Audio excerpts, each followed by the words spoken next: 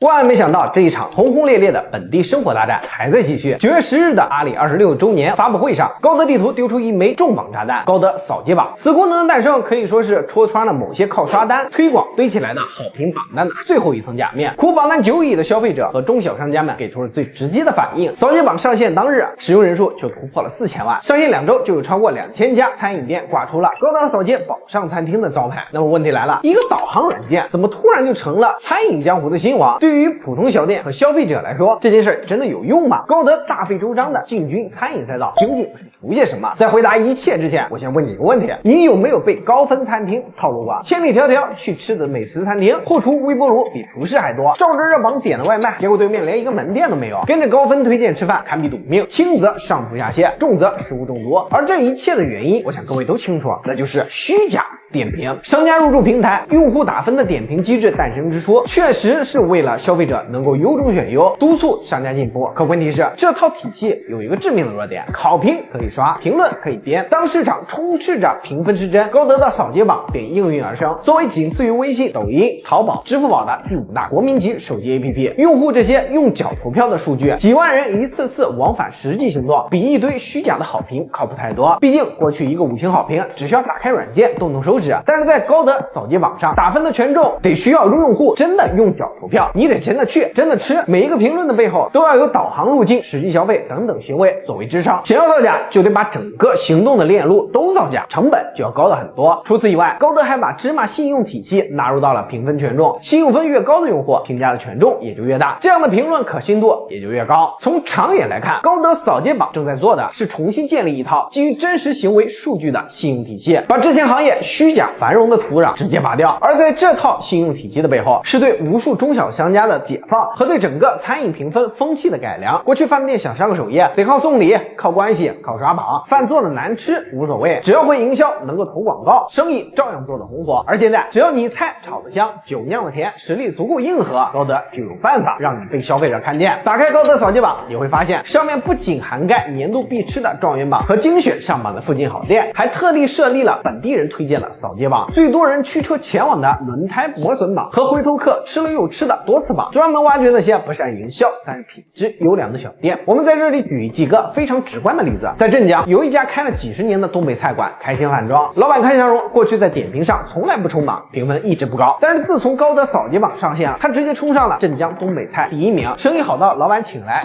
50慶祝，每天差不多有30%客人是衝着榜單導航來的。藏在巷子深處的好味道，這次終於不用被不會刷單拖後腿了。在北京胡同裡的洪福亮酒家上了煙火小店榜第1名，雖然裝修破舊，但是中午不到12點等位就排到了20號。這種店過去幾乎沒有機會上榜單，但是現在卻憑用腳投票衝到全市 TOP 10。廣州老牌自製樓的老闆王偉感嘆，高德掃街榜是顧客用腳投票來產生的這個榜單，這是實實在在的榮耀。成都的和氏燒烤創始人婉君則說得更直白，這榜單不是靠好評送東西而來的，而是顧客願意來吃才算數。在高德掃街榜的帶動下，業內其他平台也開始升級評分體系，從追求好評到追求客觀真實的評價。今日大眾點評發布了新版商戶評價誠信管理辦法，10月17日起正式升級美食星級計算體系。新規明確表示，將打擊刷好評、要好評現象，商家替代用戶寫評，用折扣、送菜等方法換取好評等行為，一旦被平台發現，就會給予不同程度的懲罰。也有網友發現，我餐廳現在開始跟顧客強調寫中肯的評價，而不是好評了。高德掃街榜的出現，改變了業內要好評泛濫的現狀，這對餐飲業進步，對消費者而言都是一件好事。除此之外，高德還加碼補貼。9月10日，掃街榜發布的當天，高德就推出煙火好店支持計劃，發放超過10億的補貼，希望每天能夠多帶來1000萬客流進線下，再加上首頁推薦、導航語音播報、達人推廣等，每天給小店5000萬曝光。說白了，對於他們來說，高德掃街榜不是流量的幻覺，而是真金白銀的客流。從消費者角度來看，高德掃街榜幫消費者提高了做選擇的效率，讓他們每一次的選擇更加靠譜。當你來到一座新的城市出差旅游时，不用再問朋友或者網友哪一家最地道，什麼菜最流行，只需要打開高德掃街榜，找到那家值得跨城去的餐飲館。就像杭州那家湘菜館，59%